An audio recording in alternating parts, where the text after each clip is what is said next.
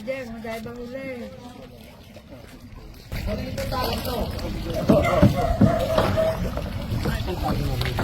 Hindi ko nalabas bang kaso.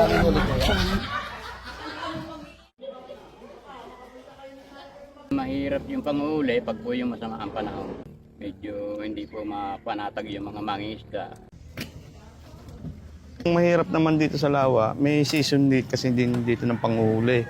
Lalo ngayon naharap tayo sa aming season, talagang walang makalabas dito.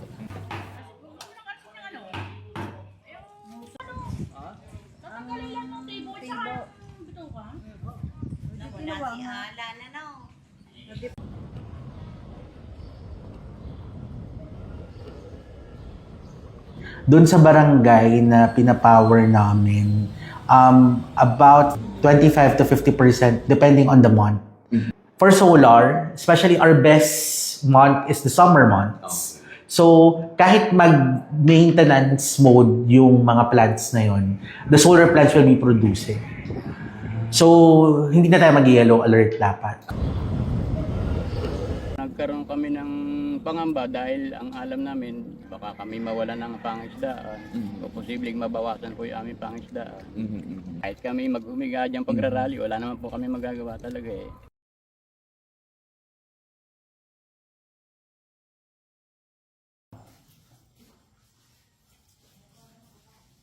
Pumupunta kami dun sa mga komunidad na tinatawag natin technically speaking na host communities ito, no? Lagi ang tanong namin, ito ang technical na aspeto niyan, ito ang itsura niyan, para sa inyo, paano ito magiging patas?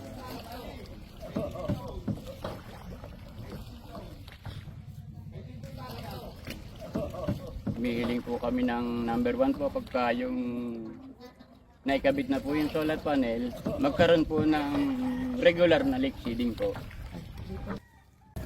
Manganganak po ang isda sa ilalim nun.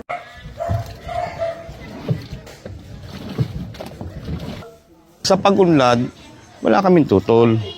Yun nga lang, talagang medyo may konti tayong agam-agam kasi maapektuhan yung talagang pangingisda.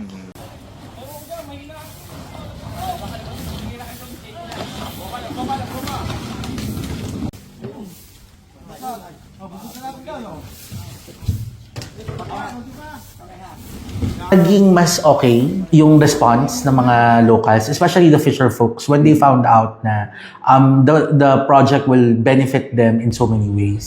Since we will be there for 20 years, syempre inisip po na relationship with the communities. What we can promise is that definitely there will be a meeting in the middle.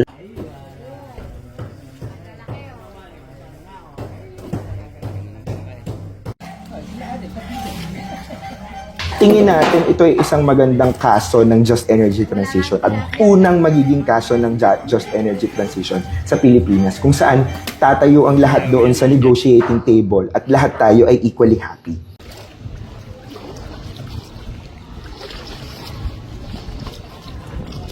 Kung kaya naming mag-transition, what's stopping you? Bilang may kapasidad, bilang may resources, at bilang historically kayo yung polluters.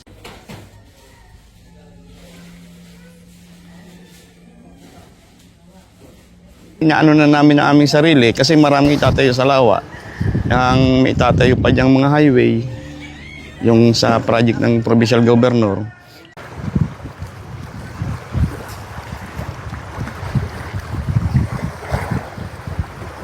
Malaki nga ay pinagbago ng Lawa ay.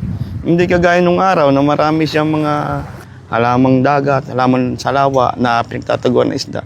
Ngayon masyado ng ang Lawa, kumbaga sa polluted na masyado.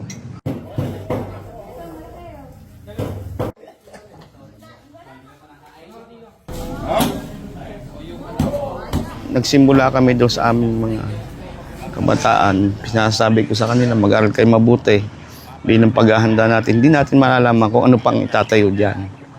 Maging nandyan na kayo, huwag na kayo umasa na kagaya namin noon na tumutok lang sa Lawa. Hindi na natin pagkukunan ng magandang ang Lawa. Yung source na magandang kita talaga. Ayaw kong mangisda na. Kasi nga yung mga anak ko, hindi nga tinuruan ng tatay niya na mangisda. Para hindi na maranasan yun kasi mahirap talaga eh. Delikado, tapos yung hirap. Kaya kailangan mag-aral ng mga bata ngayon upang mabago yung buhay. What happens then with our food security? Yes. What happens then with our food sovereignty? Ang prioridad ba ng pamahalaan ay towards infrastructure or towards food security? Kasi in this case, nagiging competing interest na siya. No? Kasi you're essentially deciding how do you use the lake? What do you use the lake for? Is it for commercial purposes or is it for fishing purposes, food generation purposes?